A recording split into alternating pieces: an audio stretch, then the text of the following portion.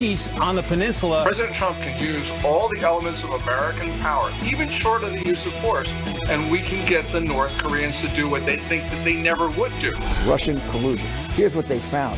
Zero. The reality is the American people have come to the conclusion everybody else has. This investigation is rigged. The president is convinced that there was a spy or informant embedded in his campaign. But none of the classical attributes of spycraft were present here.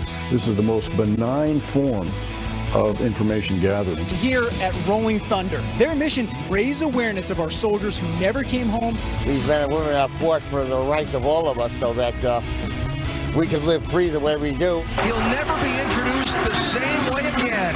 From now on, it'll be Will Power, Indianapolis 500 winner for 2018. Checker flag, Power and Penske win it.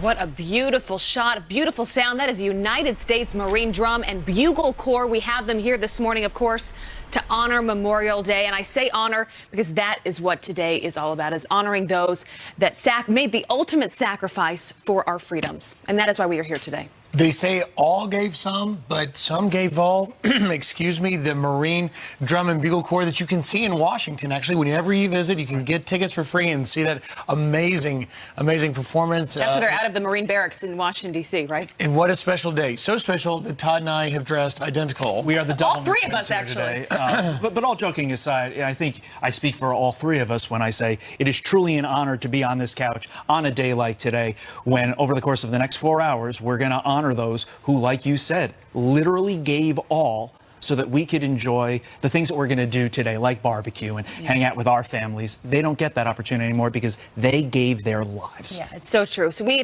will ask you all morning to send in your photos of members of your family, those that you've lost that did pay that ultimate sacrifice. Send it to us at friends@foxnews.com, #Proud American. We already have some coming in. This is from Mary. Says, remembering her brother Chris, who is pictured with his two friends, James and Rick. All three were killed within 6 months of each other in the Vietnam War. Beth sends this one of her son, Army Specialist Daniel Agami. He was killed in Iraq nearly 11 years ago. He was 25 years old. And pictured here, Major Jay Aubin, Captain Ryan Beaupre, Staff Sergeant Kendall Watersby, and Corporal Brian Kennedy. These four Marine heroes among the first casualties of the Iraq War in 2003. We remember them and all the servicemen and women who lost their lives fighting for this country. Those four individuals are important to me because I was embedded with Oliver North, with HMM 268, the Red Dragons out of Camp Pendleton. And they were maybe not the very first, but on the very first day, March 21st, they gave their lives. Really an amazing thing to witness them paying that ultimate sacrifice in the war that would continue for many, many years. Absolutely. And we'd like you to send your pictures, if you can, throughout the course of the morning so we can honor your family members who also paid the ultimate price. Friends@foxnews.com. And, you know, it's important. I just want to add to wake up, as we talked to Ryan Mannion yesterday, and she said, you know what I want people to do as I remember Lieutenant Travis Mannion, my brother, I want them to wake up and enjoy their barbecue and celebrate, challenge the living and honor the dead. That's I how love you that. We should still live today. Spend this day. Yeah, and celebrate all that we do have and the freedoms that we do have in this country. So keep sending them, friends@foxnews.com. But as always, a lot of news to get to. And the big news out of yesterday, maybe the most positive sign that things are moving forward on this summit, June 12th in Singapore, between Kim Jong-un and President Trump. He says our United States team has arrived in North Korea to make arrangements for the summit between Kim Jong-un and myself. I truly believe that North Korea has brilliant potential and will be a great economic and financial nation denuclearization one day.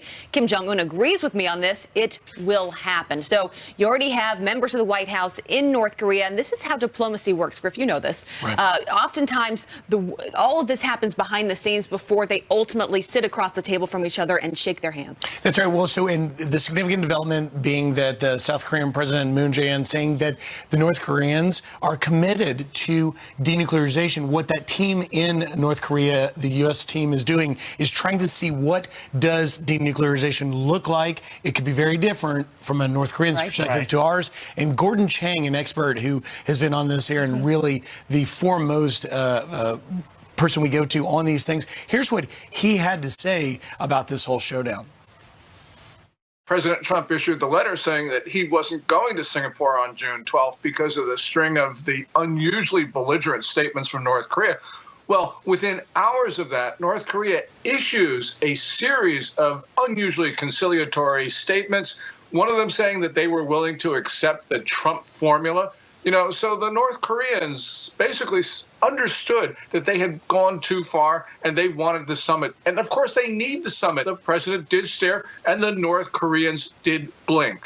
That's a great point. Yeah, I mean, ultimately, President Trump pulled out of this deal a few days ago because it wasn't a deal he wanted to agree with, right? And keep in mind, we are America. Obviously, today's a big day for boasting about America, but we have all the power in this situation. North Korea is a country that is economically impoverished. The sanctions are really, really starting to hurt these individuals. Kim Jong-un recognizes he needs to do something. We have the power in this situation, and that bellicose letter that they sent, or that language that they said we're calling off the, you're doing bad things, Vice President Pence, you're a political moron and stuff like that. It didn't work. Yeah. Obviously, we know what we're doing. Trump sent the letter, and here we are. Ultimately, a reminder, too, for the administration that you've got to be on the same page when it comes to communicating, because that is how we are talking right now, is through the media. North Korea is listening to everything that is being said here at home. They're listening to what Vice President Mike Pence is saying. They're listening to what John Bolton is saying, right? So everyone has to be on the same page inside that White House, because ultimately that is what is going to lead to potential success. That's what everyone is wanting. Well, certainly, and perhaps the largest, most significant meeting between a North Korean leader and a U.S. president, and President Trump has proven his chess moves on this have continued to bring the North Koreans, despite what critics say, to the table. And the real question, I don't think there's any doubt you're going to get to the table, if not June 12th, shortly thereafter. It's whether or not we're going to come home with something in terms of denuclearization that we want. And by the way, I wonder, you said the North Koreans are watching. I wonder if they're watching the president talk about things here. Because yesterday the president was really talking about President Obama. Yeah, he was. And doubling down on the FBI and the handling of this Russian investigation.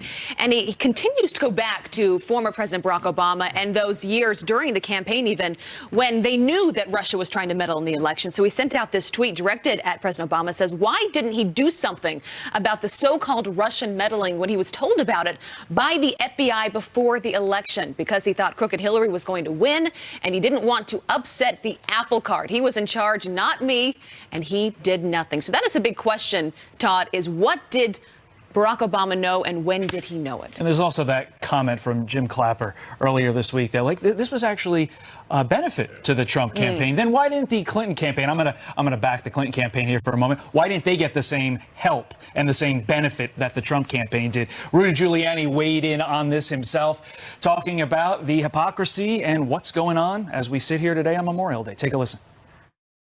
The reality is the American people have come to the conclusion everybody else has.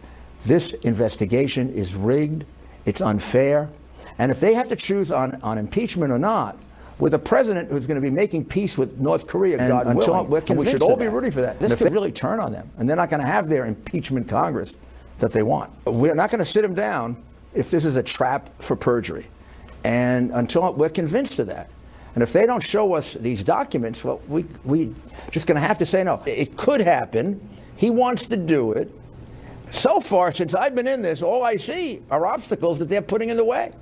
All right, so Rudy Giuliani sat down with our own Bill Hemmer yesterday on Fox News Sunday, and he brought up what they're calling Spygate, is what the White House is calling it. He says because of Spygate, the Russia probe, he now says, is illegitimate and should not be taken seriously. He said the president wants to sit down with Robert Mueller. He wants to have this interview, but they want more questions about who they call the spy. Why was the spy there? What were they doing? They need more information before they can move forward. Well, and these revelations have given Rudy Giuliani, who is the new attorney that was brought on to clearly go on the offensive, to be aggressive. We'll see. We're going to dig more into this later in the show and talk with some folks about exactly where this is headed. But also, you got to prep your witness. And Giuliani recognizes he needs that information, like Abby said, to prep his witness, which is the president of the United States. He would be a tough person to prep for a sit-down luck. interview. Yeah, that's a tough job. With that, let's go over to Jillian Mealy, who wears the white in our red, white, and blue. Someone had to, you know. We're a giant American flag today, we Jillian. are, and we are proud to be Yes, that. Good morning to you guys, to you at home as well. Let's begin with this Fox News alert. Flood waters receding in Maryland after flash flooding rips through historic Ellicott City.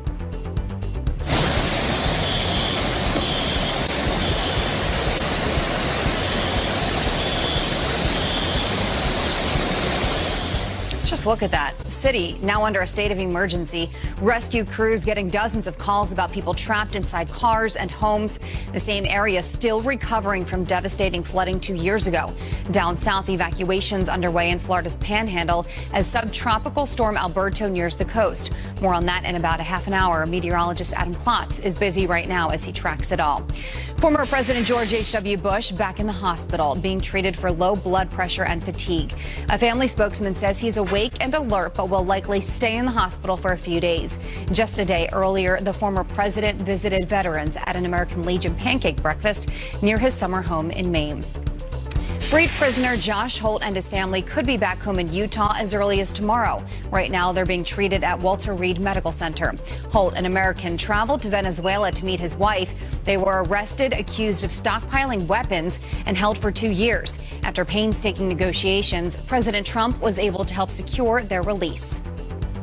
And on this Memorial Day, President Trump will honor heroes who made the ultimate sacrifice. In just a few hours, the president will begin his day by laying a wreath at the tomb of the unknown soldier at Arlington National Cemetery in Virginia. He's expected to make a speech along with Defense Secretary James Mattis. Let's look at your headlines. I'll send it back to you guys. It's what today is all about. Yes, it is. All right. Thank you, Jillian. All right. Well, she worked inside the Obama DOJ, and now she is attacking President Trump, wanting answers about if there was a spy inside of his campaign. This has really taken the assault on the rule of law to a new level. We packed a lot. Our next guest, Judicial Watch President Tom Fitton, says it is no coincidence. You don't want to miss that. Plus, on this Memorial Day, meet the guards at the tomb of the unknown soldier. Many people think that the ultimate sacrifice is giving up your life, but these soldiers gave up not only their lives, but their identities.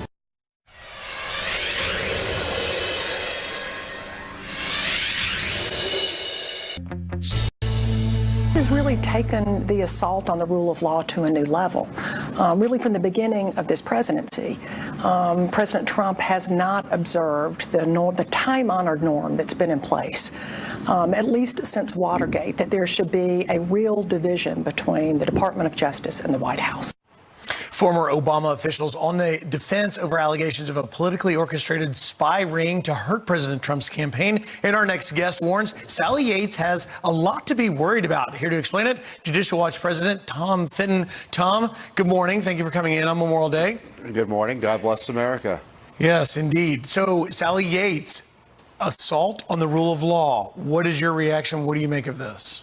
Well, it's a bit rich, given the fact that she was fired as acting AG for her refusal to uphold the rule of law, Trump's travel ban. She just refused to defend it, contrary to her obligations as a lawyer and attorney general, so she got fired. And she was the number two in the Obama Justice Department. She was Obama's Rod Rosenstein. So she would have signed off on the Clinton DNC dossier misuse before the FISA courts. She would have signed off on the Spygate spy. She would have signed off on the use of national security letters to take up the Trump campaign's phone records. She would have signed off on all of this investigating that was really just targeting of Donald Trump. And when Giuliani talks about the illegitimate nature of the Mueller investigation, it's because of the activities of people like Sally Yates, who set up the Mueller investigation, including the Flynn ambush interview that led to his plea deal, that have raised questions about the Mueller operation itself. And just quickly, the President of the United States has an obligation, when he learns of information that the Justice Department and FBI may have abused the law, to raise issues and to say, you need to investigate this. Okay, so I want to get back to Sally Yates and investigating her, but what she's saying is that the assault on the rule of law is that the president was directing the DOJ. Specifically to her criticism, have you seen anything that President Trump has been directing DOJ officials, Yates or otherwise? No, the only thing he's done, he's asked the DOJ to investigate the allegations behind Spygate. And frankly, he could be doing a whole lot more under the Constitution to bring the Justice Department back under control. You know, Barack Obama said that Hillary Clinton shouldn't be prosecuted in the middle of the Clinton email investigation. Did Sally Yates complain about that? I don't think so. You had Hillary Clinton's investigation, email investigation, thoroughly politicized because of what Barack Obama did, but she had no problem with that. And of course, Barack Obama was briefed on the anti-Trump investigation repeatedly. Right, Tom. She had no problem with that. So quickly, because we're almost out of time, the House Judiciary and Oversight Committee has a joint investigation into the Clinton email scandal. Do you believe Sally Yates should be subpoenaed, should appear and answer questions? Sally Yates would be a top witness in the abuse of Trump and helping Hillary Clinton, for sure.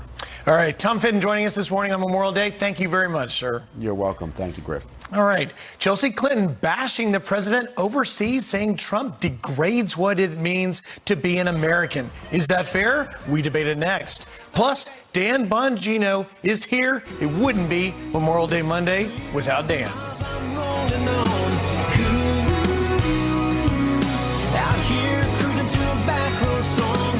You wouldn't believe what's in this keister. 500 winner for 2018. Checker flag. Power and Penske win it. We are back with some quick headlines for you. Will Power living up to its name, claiming his first Indy 500 win. His wife, though, so overcome with emotion she literally fell to the ground. A different set of emotions for Danica Patrick, who crashed in her final race as a full-time driver. That is a bummer. And LeBron James leading the Cleveland Cavaliers to another NBA Finals appearance, scoring 35 points to secure the spot in an 87-79 win over the Boston Celtics.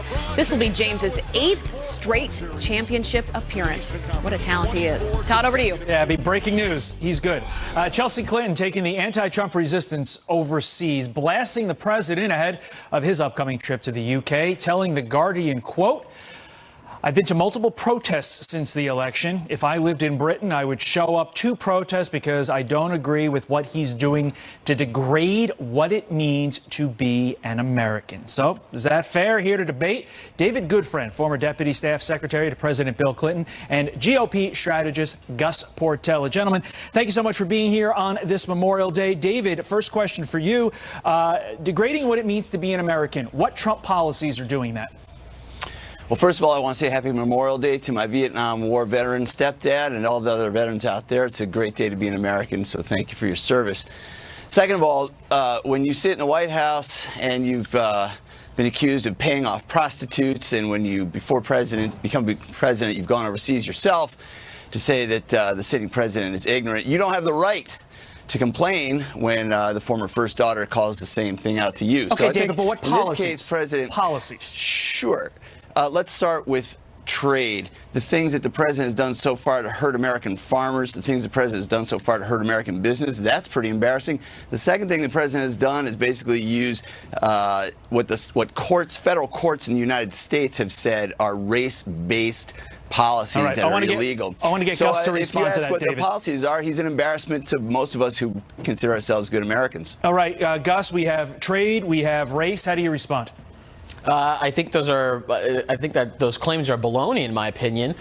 First of all, the American economy is booming once again under President Trump. You're seeing constant busting earnings in the last year or 2 years of the Trump presidency, and now you're seeing him dealing with North Korea, how he basically has them at the negotiating table. We're talking about North Korea here. We have 4 past presidents, including Bill Clinton himself, who have failed failed to essentially come and bring North Korea to the table to negotiate and stop building nuclear weapons. Here they are gushing over a trip that might include President Trump over a meeting between the two leaders, and look how that's going. So I don't think that's even true that that the American people that what Chelsea Clinton claims to be saying. This is another example of just the great disconnect between the Clinton family and Middle America. Middle America is booming. Jobs are coming back to this country.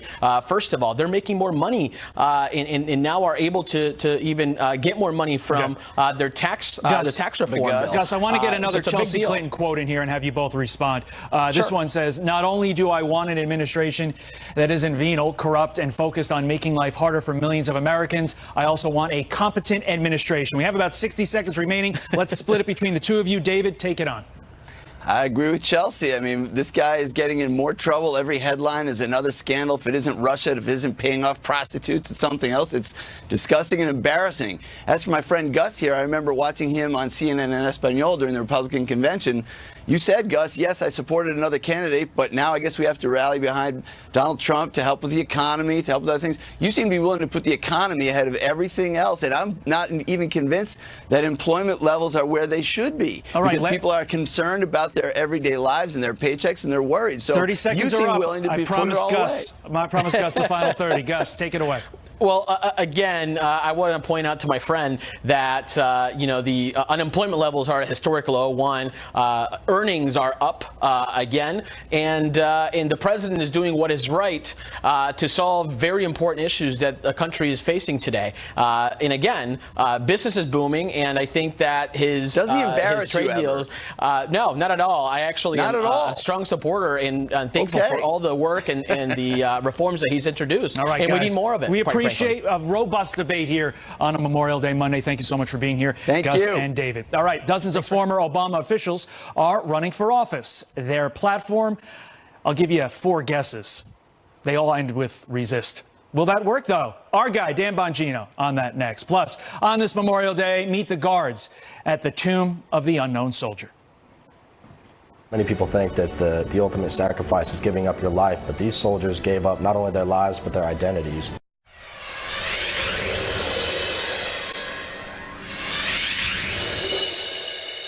It's time for the...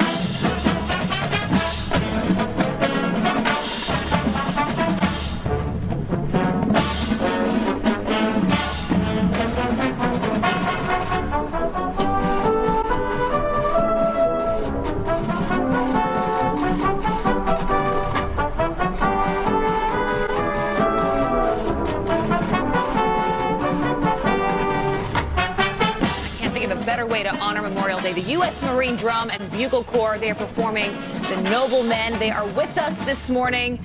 That is a beautiful sound and a beautiful shot right there. It's just awesome, and I've said it before, if you're in Washington, you can go see them for free and get tickets, and it's just, it's the stuff Goosebumps are made of. And speaking of noble men... Oh, what a segue. You took it from me. Todd Pyro? No, that definitely wasn't it. Dan Bongino is the aforementioned gentleman we're referring to, former NYPD officer, former Secret Service agent, and host of the aforementioned, appropriately named Dan Bongino Show. Dan, thanks so much for being with us today. Morning, Dan.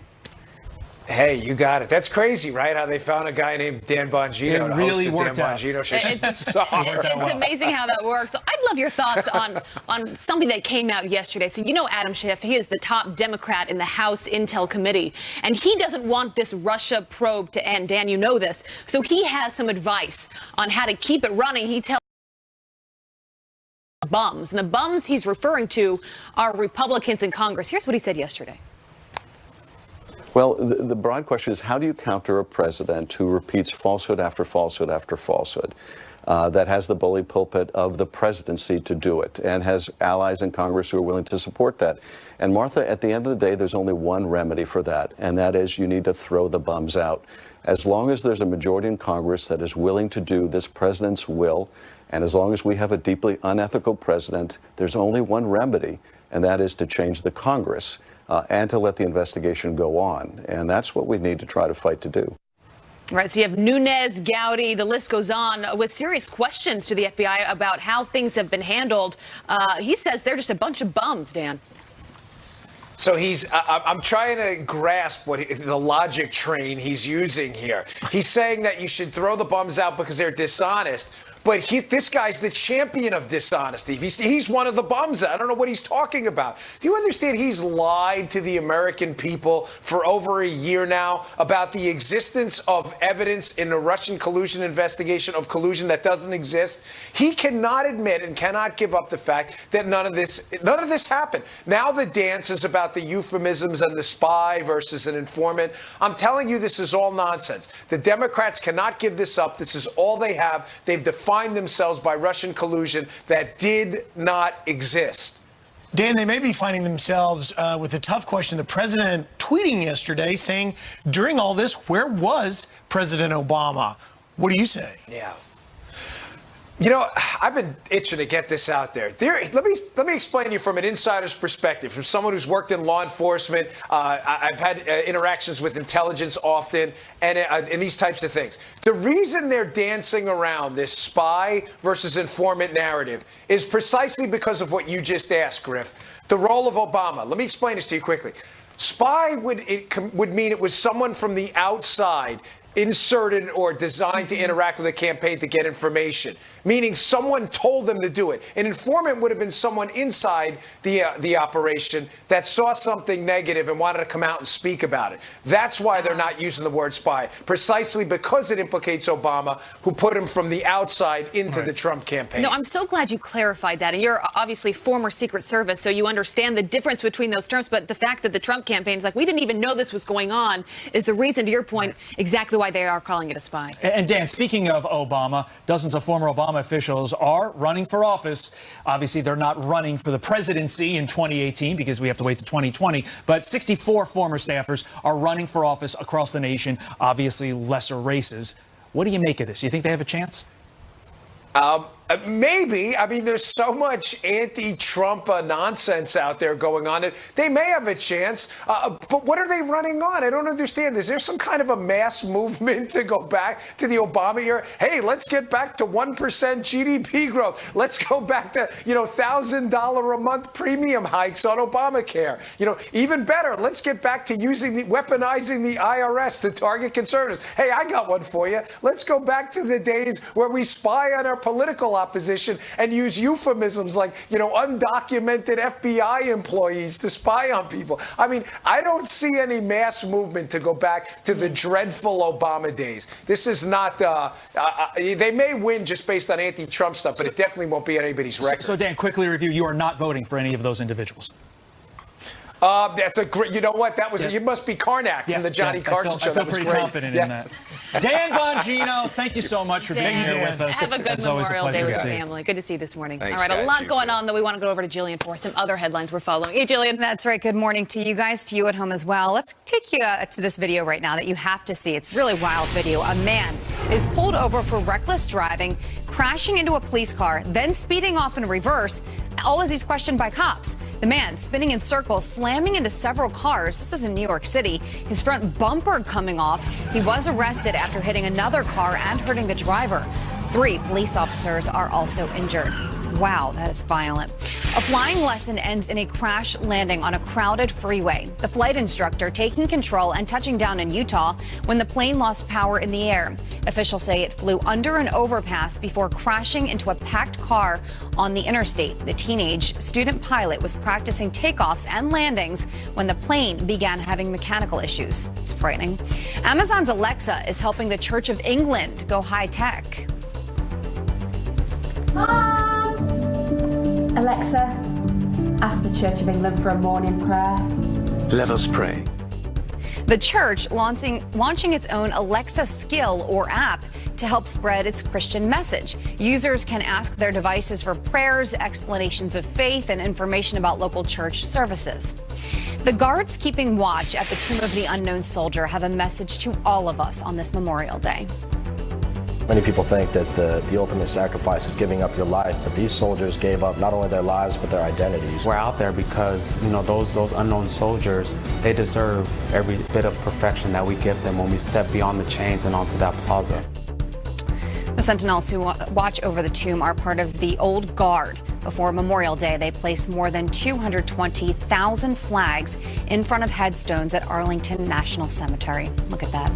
Let's look at your headlines. I'll send it back to you. It makes such a difference when you look at it. It's amazing. More than 420,000 buried in Arlington there. Unbelievable. If you ever get the chance to run Arlington National Cemetery, it is one of the most beautiful runs you'll ever do. Beautiful and a meaningful. It is indeed. All right, turning to extreme weather, subtropical storm, Alberto gaining strength as it marches towards the Gulf Coast. Yeah, thousands of people in Florida's Panhandle told to evacuate. The storm expected to make a landfall sometime this morning. Meteorologist Adam Klotz is live for us right now tracking the storm. And Adam, this one just seems to be causing a lot of problems, not to mention what's going on in Baltimore. Yeah, absolutely. And you talk about the center of circulation where some of the strongest winds are, but it's not just there causing a lot of problems because it's such a huge area. There's your circulation, but we're seeing rain across South Florida. We're seeing rain from Mississippi across North Georgia into the Carolinas. A lot of rain, a lot of flooding possible here as we wrap up our Memorial Weekend, even taking you into the middle of next week. Here's the system. Winds currently at 65 miles an hour, moving to the northwest at 7 miles an hour. You're targeting right along the Florida coast. So Panama City Beach over towards Destin and Pensacola, all areas where this could be making landfall. It's a slow mover, so we aren't talking about actually getting to that landfall until probably closer into the early afternoon hours. Here's your forecast hour by hour, and you can pay attention to that timestamp as we move along. The heaviest rains and the winds battering down, getting there at 2 to 3 o'clock this afternoon, and then this is going to track on up. Eventually by midweek, the Midwest is going to be dealing with this, guy. So a lot of rain on the way, and the worst of it coming here in the next 5 to 6 hours for folks right along the coast. Yeah, such a bummer for all of those Barbies. We're going to have someone from that region in the next hour to talk about specifically what's going on over there, Adam. But thank you for keeping us updated. Thanks, Adam. All right, coming up, one Republican congresswoman has a new idea on how to pay for that wall. Crowd-funded. Is that a good idea? The lawmaker leading the charge is joining us live next. Plus, will the heroes of Desert Storm be given the honor they deserve? A memorial to them in jeopardy. How you can help on this Memorial Day? That's coming up. And some stood through for the red, white, and blue, and some had to fall.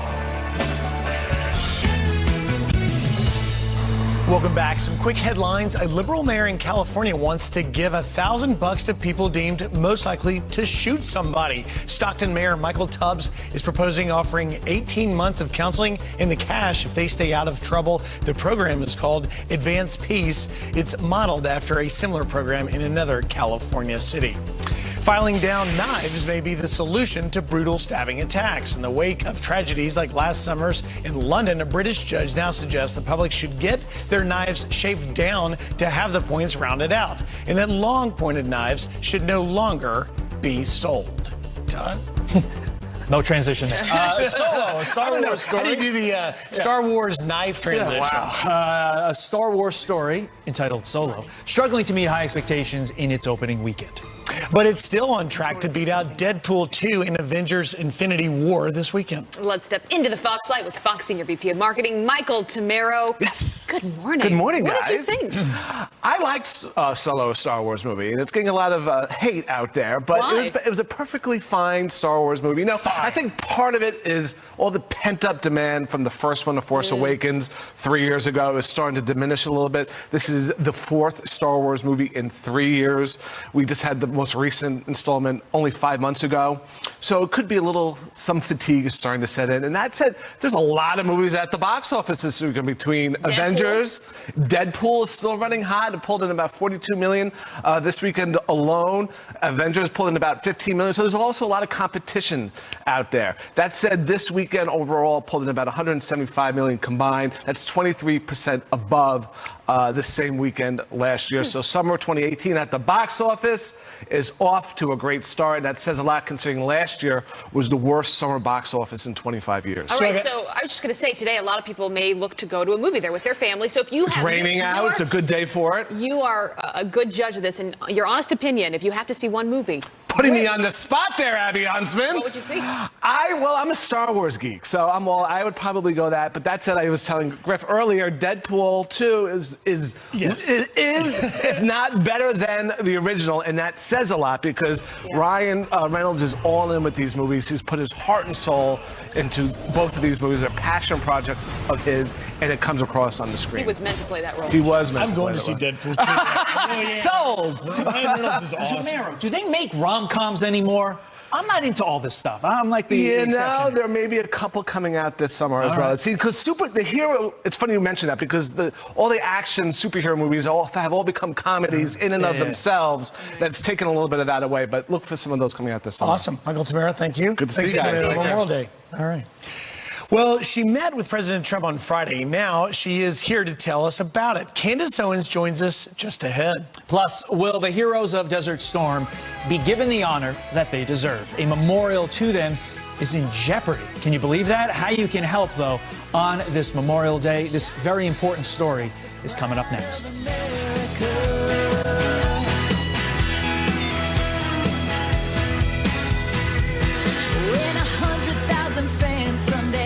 There you go.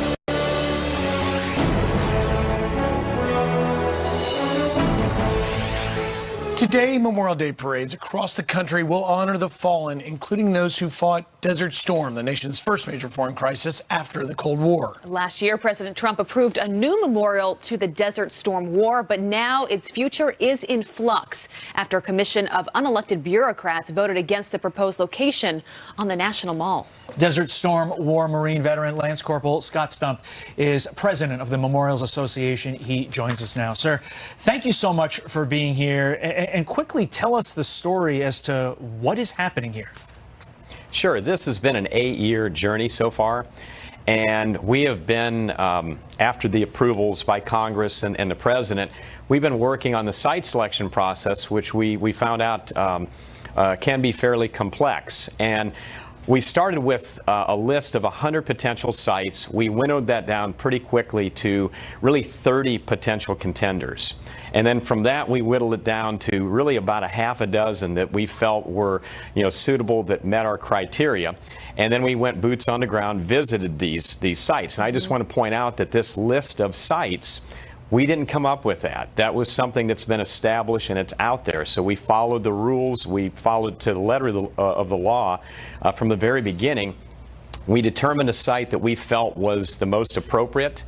And at this point, we have had a series of meetings. There are 3 deciding entities that decide where the ultimate location will be. National Park Service, acting on behalf of the Department of the Interior, the National Capital Planning Commission, and the Commission of Fine Arts. And right now, we actually have a logjam because we have 2 of the deciding bodies that agree with us on our preferred site, and the Commission of Fine Arts does not agree with us. Scott, where's the site? So this has been approved since 2014. If you could get approval, where would you put this right now? Yes, sir. Our preferred site is at 23rd and Constitution. It's actually very close to the Lincoln Memorial. It's also just down the way from Vietnam. And, Desert Storm is just absolutely forever linked to, Vietnam. All of our leaders were Vietnam veterans. I will argue that the reason why Desert Storm was such a rapid and resounding success is because the leadership were Vietnam veterans, and they weren't going to let what happened the first time around happen to us. So 23rd and Constitution is our preferred site. Is there a way that people watching right now that are passionate about this memorial, is there a way they can help? What can they do? Well, that's a great question. I guess that they can always let their opinions be known to the to the various commissions. The National Capital Planning Commission, Commission of Fine Arts. We respect the process. We have conducted ourselves as gentlemen from the beginning to the end, and we will continue to do so. However, it is kind of frustrating because we have some some strong opinions which have been validated by 2 of the 3 deciding agencies or commissions in terms of where this memorial needs to be located. And we're not disparaging the other location.